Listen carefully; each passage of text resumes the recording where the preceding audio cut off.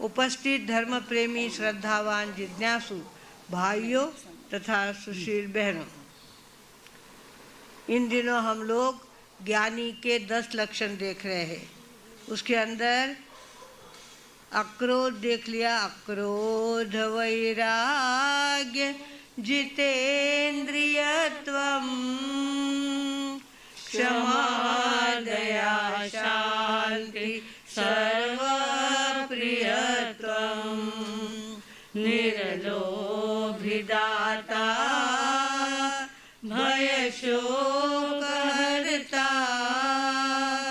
ज्ञानी नराणां दशलक्षणानि।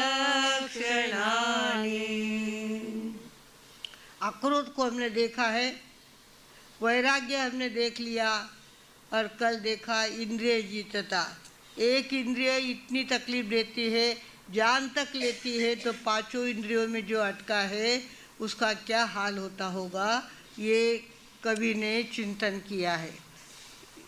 अक्रोध वैराग्य जितेन्द्रियत्वम, आगे आता है क्षमा। क्षमा के विरुद्ध होता है क्रोध। एक होता है क्रोध और दूसरी होती है क्षमा। एक आदमी इतना ज़्यादा क्रोध करता है, बात बात में क्रोध करता है, गिलास ढुल गई तो क्रोध, कटोरी की आवाज़ आई तो क्रोध,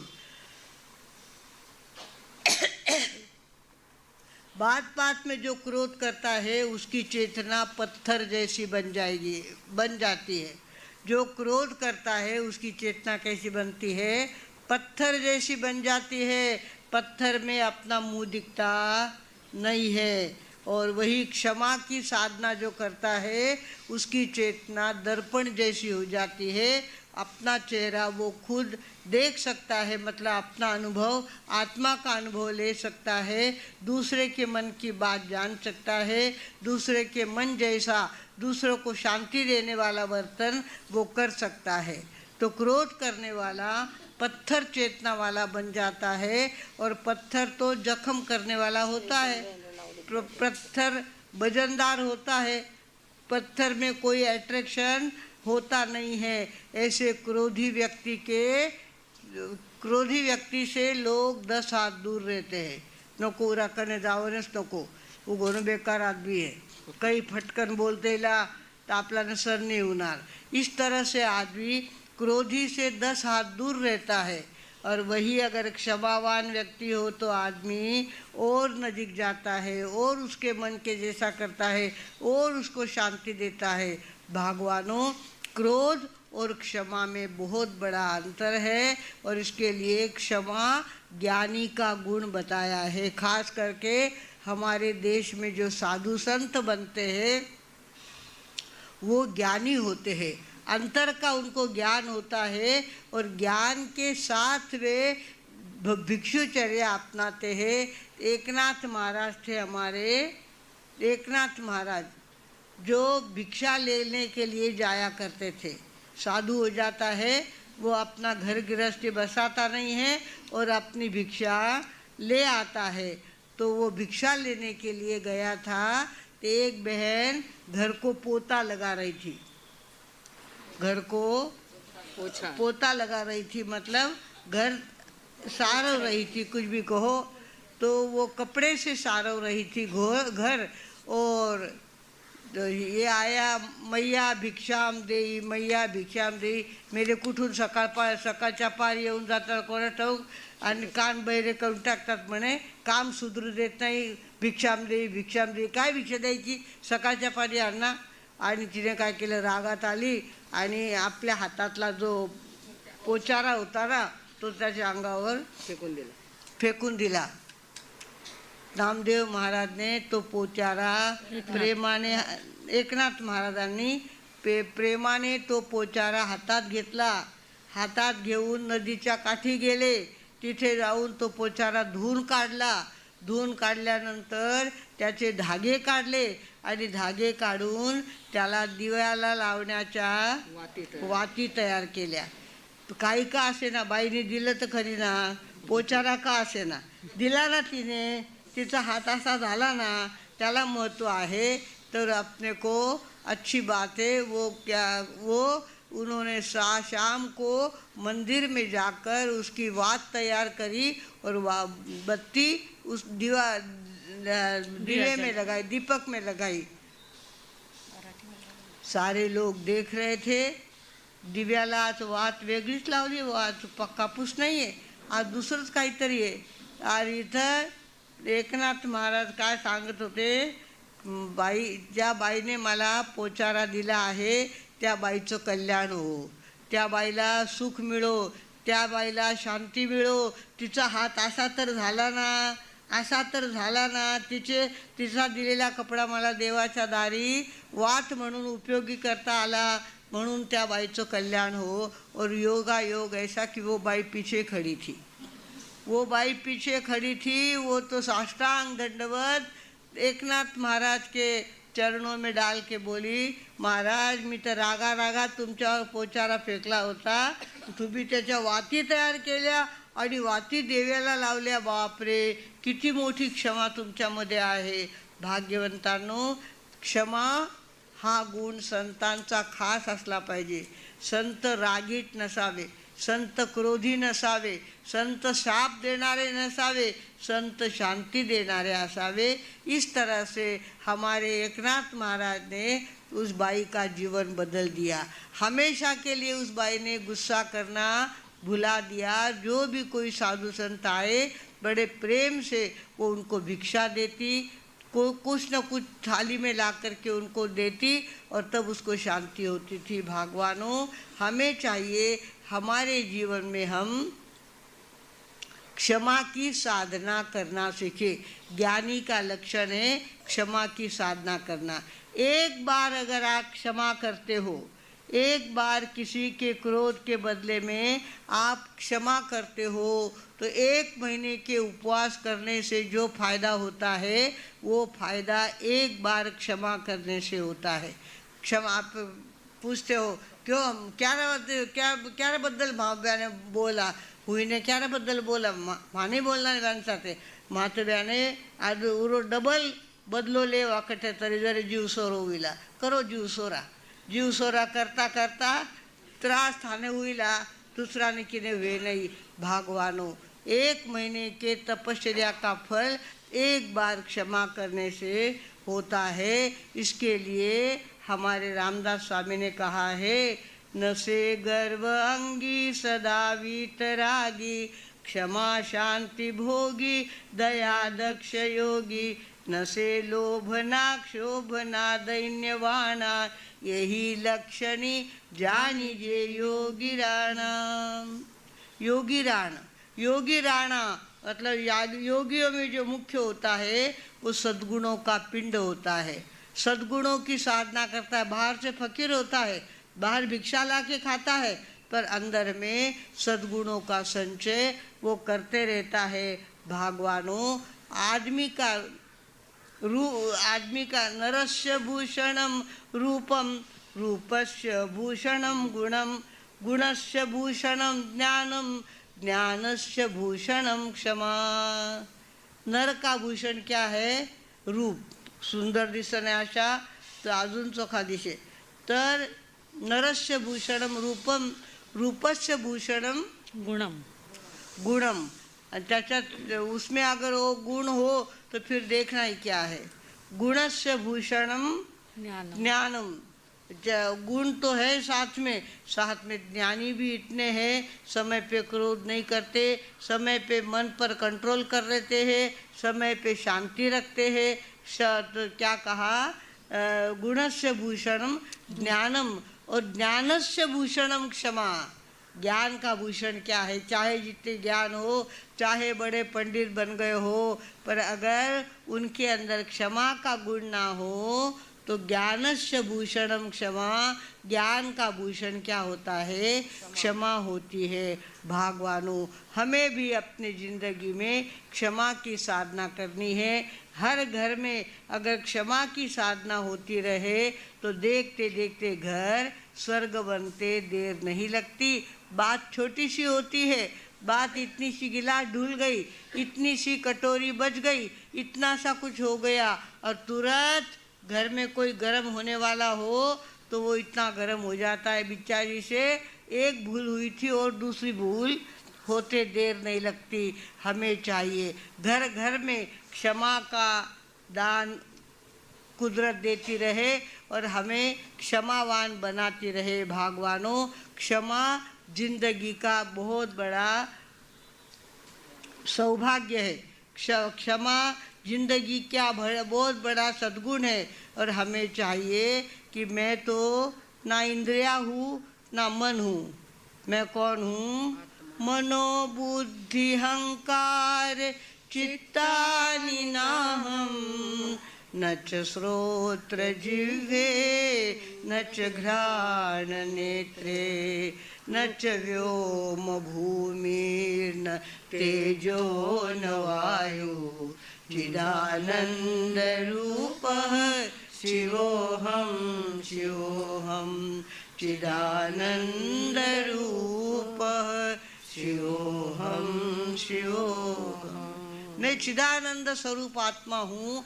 ये ऊपर से लगने वाले सारे कर्म हैं बादल की तरह, जैसे सूर्य के आगे बादल आ जाते हैं और सूर्य का प्रकाश कम हो जाता है, ऐसे आत्मा के ऊपर कर्मों के बादल छा जाते हैं और आत्मा का प्रकाश कम होने लगता है। उसकी चेतना पत्थर चेतना बन जाती है और वो अपना चेहरा उसमें देख नहीं सकता, अपना अनुभव ले नहीं सकता, ध्यान कर नहीं सकता, धर्म में उसका मन लगता नहीं है, साधु संत उसको अच्छे लगते नहीं है, उसको अच्छी बातें अच्छी लगती नहीं है और बुरी बातों में बिना बुलाए वो तैयार हो जाता है।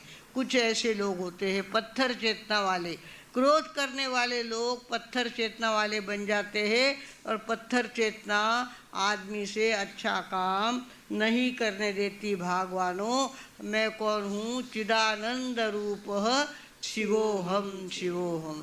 मैं शिव स्वरूप हूँ, कल्याण स्वरूप हूँ, मंगल स्वरूप हूँ। और मैं कौन हूँ? आत्मा हूँ, मैं शरीर नहीं हूँ। क्या कहा? मनोबुद्धि अहंकार चित्तानि नाहं। मैं ना मन हूँ, ना बुद्धि हूँ, ना अहंकार हूँ, ना चेतना हूँ। मैं कौन हूँ? मनोबुद्धि अहंकार चित्तानि नाहं, न च श्रोत्र जिह्वे न च घ्राण नेत्रे। श्रोत्र यानी कान भी मैं नहीं हूँ, नाक भी मैं नहीं हूँ और आँखें भी मैं नहीं हूँ। न च श्रोत्र जिह्वे न च घ्राण नेत्रे। फिर क्या मैं कौन हूँ? चिदानंद न च व्योम भूमि न तेजो न वायु। आकाश भी मैं नहीं हूँ, अग्नि भी मैं नहीं हूँ, वायु भी मैं नहीं हूँ। वायु मेरे नाक में आती है जाती है आती है पर वो मैं नहीं हूँ। न च व्योम भूमि न तेजो न वायु चिदानंद रूपः शिवोऽहं शिवोऽहं। मैं तो शिव स्वरूप आत्मा हूँ। और उस आत्मा को चाहिए कि वो ज्ञानी के लक्षणों को अपने जीवन में उतारने का ध्यान रखे। हमेशा ज्ञानी के लक्षण मेरे जीवन में होने चाहिए। रोज़ आपको एक लक्षण हम कह रहे हैं, अक्रोध वैराग्य जिते, इसका उपयोग आपको घर जा कर के करना चाहिए। यहाँ हम आपके सामने थाली परोसते हैं और घर जाकर इसका प्रयोग आपको करना होता है। बहू से कोई तकलीफ गलती हो जाए, बेटे से कोई गलती हो जाए तो उस समय मैं क्रोध नहीं करूँगा। उस समय में गिलास फूट गई है, कांच की गिलास थी वो फूट गई तो उन्हें क्यों नो के थारा पीरू लाई कि तू गिलास हमारी गिलास क्यों फोड़ दी। इस तरह से नहीं कहना, इस तरह से हल्के शब्द नहीं बोलना। और हल्के शब्दों से आदमी हल्का हल्का होता जाता है, नीचा नीचा उतरता जाता है और ऊंचे शब्दों से आदमी ऊपर ऊपर उठते जाता है। भगवानों, हमें चाहिए हम ज्ञानी के लक्षण अपने जीवन में लाने का प्रयत्न करें। बात यह है, साउथ में एक संत होके गए जिनका नाम था तिरुवल्लुवरम। तिरुवल्लुवरम वो क्या करते थे? धागा बुनते थे और उसके कपड़े तैयार करते थे और कपड़े हर बाज़ार में हर सप्ताह में एक बार बेचने के लिए सिटी में जाते थे। तो कपड़ों का गट्ठर लेकर एक सिटी में गए थे। वहाँ उनाड़ और आवारा ऐसे लड़कों का एक ग्रुप था। वो सामने से आया, देखा ये बड़ा संत अपने आप को संत बोलता है, बोले अपने आप को संत बोलता है, इसको गुस्सा नहीं आता, ऐसा लोगों ने कहा है, हमें देखना चाहिए इसको कैसा गुस्सा नहीं आता, हम भी इसको गुस्से में ला के रहेंगे। और उन्होंने क्या किया, उसकी बनी हुई जो चादर थी वो घड़ी उठाई और ऐसे एक टोक से उठाई कि पूरी घड़ी खुल गई। पूरी घड़ी खोलने के बाद उसने पूछा, सस्ताई का ज़माना था तब, तो लोगों ने पूछा इसकी कीमत क्या है, बोले 2 रुपये। पहले 5 रुपये में साड़ी मिलती थी। नासिक में मेरे दीक्षा के पहले 5-5 रुपये में साड़ियाँ मिलती थी और लोग अच्छी तरह से साड़ियाँ खरीदते थे और वो 5 रुपये की साड़ी पहनते थे। आज तो 100 रुपये भी बहुत, 1000 भी कुछ 500 नहीं। 500 5 के अब खाने मालूम 500 शिवाय वहाँ तो बाजार छोड़ दियो, 500 60 बरस होगा। कमीत कमी 500, ज्यादा हाँ। कुछ कितो भी। तो उन्हें क्या किया, साड़ी ऐसी खोली और कहा इसकी कितनी कीमत है, बोले इसके 2 रुपये। उसके 2 टुकड़े किए उन्होंने, आवारा लड़कों ने 2 टुकड़े किए और कहा कि इस एक टुकड़े की कीमत कितनी, बोले 1 रुपया। दूसरा और टुकड़ा किया, इसकी कीमत कितनी, 8 आने। इसकी वो 8 आने का ज़माना था, 4 आने 8 आने 1 आना चलता था, तो बोले 8 आने। उसके और आधी करी, इसकी कितनी कीमत, 4 आने। और कहा कि ये 4 आने लो और 1 टुकड़ा हम ले जाते हैं। बोले बेटा ले जाके क्या करोगे, साड़ी अगर लेते तो घर में काम आती पहनने के, और ये 4 आने का टुकड़ा ले जाके तुम क्या करने वाले हो, तुम्हारी ज़िंदगी खराब हो रही है, इसका मुझे दुख है। और तुम्हें चाहिए कि समझदार बनो, अभी तुम्हारी उठती उम्र है, बढ़ती उम्र है, और ऐसे में तुम समझदार नहीं बनोगे, ऐसा काम करोगे तो कैसा काम चलेगा। इस तरह से लोगों ने उसको, तिरुवल्लुवरम ने उनको समझाया और उनके बाद ध्यान में आ गई, अपन ने एक साड़ी खराब कर दी 2 रुपये की। पहले 2 रुपये की कीमत 200 जितनी थी। पूरा घर 1 रुपये में चलता था, सवेरे से शाम तक पूरा घर का खर्चा 1 रुपये में चलता था। 1 आना पावशेर, कोई भी भाजी ले जाओ, कोई भी सब्जी लो, 1 आना पावशेर। और 1 आने के 6 पैसे के 2 नींबू मिलते थे। 1 कोथिंबीर की जोड़ी तब छोटे थे और तब बाज़ार में जाते थे, तब हमने सुना हुआ है, देखा हुआ है ये। तो इस तरह से इतनी सस्ताई थी तब। और उन्होंने कहा ऐसा मत करो, ये गलत काम है, तुमने ये तो ठीक है। उनको गुस्सा नहीं आया, तिरुवल्लुवरम को पूरी साड़ी फाड़ दी तो भी गुस्से का नाम उनके ज़िंदगी में आया नहीं। वो उतने ही शांत रहे। और लड़कों ने कहा अरे अपन ने सुना था वैसा ही निकला, अपन ने सोचा था कि आदमी गुस्से में आएगा, इसकी साड़ियों के टुकड़े करेंगे तो ये गुस्से में भर जाएगा, हमको गालियाँ देगा, पर इसने तो कुछ नहीं किया, उल्टा हमको समझा दिया। देखो ऐसे भी लोग होते हैं, हमें भी अब आज से गुस्सा नहीं करना है, किसी की छेड़खानी नहीं करनी है। इस तरह से उन्होंने भी अपने ज़िंदगी में ज्ञानी का वो लक्षण कौन सा, क्षमा का लक्षण। और क्षमा का लक्षण जिंदगी में उतरता तब है जब अंतर में, आत्मा में हम उतरते हैं तब। आत्मा में उतरना एक बात है और ध्यान की पोज करना दूसरी बात। ध्यान की पोज करके बैठ गए और दुनिया भर का चक्कर लगाने लग गए तो वो उसको ध्यान नहीं कहते। ध्यान के अंदर आत्मा में उतरा जाता है। हमारी यहाँ पे ये कला भगवान महावीर ने प्रैक्टिकल की थी। भगवान महावीर ने 12.5 बरस तक साधना करी और खड़े हो गए तो खड़े हो गए, फिर खुजलाने के लिए उन्होंने हाथ नहीं हिलाया, अपना पैर नहीं हिलाया। चाहे जितनी बरसात हो, चाहे जितनी गर्मी हो, उसको सहन करते रहे, पर कभी उन्होंने उनकी अपनी स्थिरता कंपित नहीं हुई। भगवानों, हमारे भगवान महावीर ने 12.5 बरस तक ये साधना करी और आखिर में वे आत्मा में उतर गए। आत्मा में उतरना एक बात है, आत्मा अलग चीज़ है और बाकी सारा शरीर अलग चीज़ है। सारा शरीर पड़ोसी है, इसको हमने घर का समझ लिया है।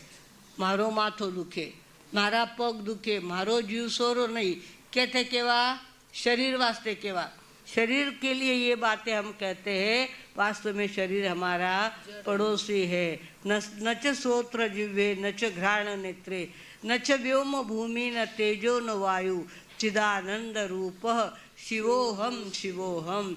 मैं कौन हूँ? शिव स्वरूप आत्मा हूँ। और मेरे ये कर्म मेरे आजू बाजू में इकट्ठे हो जाते हैं, जिस कारण से मुझे दिखना बंद हो जाता है, मुझे समझ में नहीं आने लगता है। कर्मों का आवरण जब चढ़ता है तब आदमी सुखी या दुखी होता है। भगवानों, हमें चाहिए हम अपने ज़िंदगी में कर्मों को कम इकट्ठा करें, कर्मों का संग्रह कम करें। इसके लिए अभी हमारे प्रज्ञा जी महाराज साहब ने कहा, पंखा चलता हो तो बंद कर दो, दीपक दिन के सूर्य के प्रकाश में चलता हो तो लाइट बंद कर दो। सूर्य के प्रकाश में कोई भी बात होती है तो उसको बंद करना हमारा काम है, चालू रखना हमारा काम नहीं है। नल छोड़ दिया, ब्रश करते रहे, जब तक आपका ब्रश चलता रहा तब तक नल का पानी निकलता रहा, ये गलत बात है। हमें चाहिए कि जब हमारा ब्रश पूरा हो जाए तब हम नल छोड़े और उसका पानी लिमिटेड पानी से अपना मुंह साफ करें। हम नल को व्यर्थ नहीं जाने दे।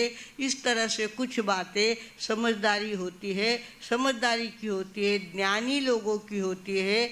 और ज्ञान अंतर से आता है, ज्ञान बाहर से नहीं उगाया जाता, बाहर से नहीं लिया जाता, अंदर में वो जगना चाहिए। अंतर से ये सूझबूझ आनी चाहिए। अंतर से जैसे जैसे सूझबूझ आती है वैसे वैसे हम अपने जीवन में आगे बढ़ते हैं। कुछ लोग ऐसे क्षमाधारी हो जाते हैं, चाहे जितना उन पे गुस्सा करो उनको गुस्सा आता ही नहीं है, या चिपकता ही नहीं है। और नाटे तो अरे इसको कोयो कि गया काम वाले, ईगो हर्ट हो गया, अपमान हो गया, अरे बाई नहीं सो किकर कह दियो मैंने, अरे अरे ऐसा कैसा कह दिया। इस तरह से हम नाक के टोक पे गुस्सा ना रखें, गुस्से को कंट्रोल करने की साधना करें। और जहाँ तक बने क्षमा की साधना मेरी ज़िंदगी में होनी चाहिए, मेरे घर में होनी चाहिए, मेरे बहू बेटों के साथ होनी चाहिए, मेरे काम वालों के साथ होनी चाहिए। काम वालों के साथ भी काम वाले गरजेपोटी ते काम करतात, याचा अर्थ ते काही मनुष्य नाही असा होत नाही, ते पण मनुष्य आहेत, त्यांना सुद्धा मान अपमान समजतो। और तुम तिकडे जा, इस तरह से कहना बड़ा आसान है। आपके हाथ में शक्ति है, आप उसको पगार देते हो, इसका मतलब ये नहीं कि आप उसका अपमान करो। अपमान करने से अपने जीवन में अपमान के चांस बहुत ज़्यादा आने लगते हैं। दूसरों का अपमान जब हम करते हैं, हमारा अपमान कौन करेगा इसका पता नहीं लगता। इसके लिए ज्ञानियों ने कहा है, क्षमा की साधना चालू कर दो, आज से ही चालू कर दो। चाहे जितना मन के विपरीत कोई बात हो, सब्जी में नमक ना हो, सब्जी में जैसा चाहिए वैसा टेस्ट ना आया हो, पर मैं गुस्सा नहीं करूँगा, क्षमा करूँगा और समझ लूँगा बात को। इस तरह से अगर आदमी धीरे धीरे ज्ञानी बनने का प्रयत्न करे तो देखते देखते एक दिन हमें भी महावीर होना है। 63 शलाका पुरुष में हमारा नंबर लगाना है। हमारे प्रज्ञा जी महाराज साहब शलाका पुरुष का वर्णन कर रहे हैं, तीर्थंकरों की बात कर रहे हैं। 24 तीर्थंकर हो जाने के बाद चक्रवर्ती आएंगे, उसके बाद वासुदेव बलदेव आएंगे, वासुदेव आएंगे। सबकी चर्चा हमारे प्रज्ञा जी महाराज साहब करने वाले हैं। भगवानों, हमें भी महापुरुषों के लाइन में हमारा नंबर लगाना है, हमको नीचे नहीं उतरना। अब हम जानवर नहीं होंगे, अब हम पशु नहीं बनेंगे, हमें तो कौन बनना है, महामानव बनना है। और महामानव बनने के लिए ज्ञानी के 10 लक्षण अपने जीवन में लाना बहुत ज़रूरी होता है। आप अगर इतना ध्यान रखेंगे, अपने जीवन में एक एक सद्गुण को बढ़ाने का प्रयत्न करेंगे, तो निश्चित रूप से इस जीवन में तो शांति मिलेगी ही, अगले जीवन में भी अनंत सुख मिले बिना नहीं रहेगा। इतना बोलकर अपने विराम लेती हूँ। ओम शांति।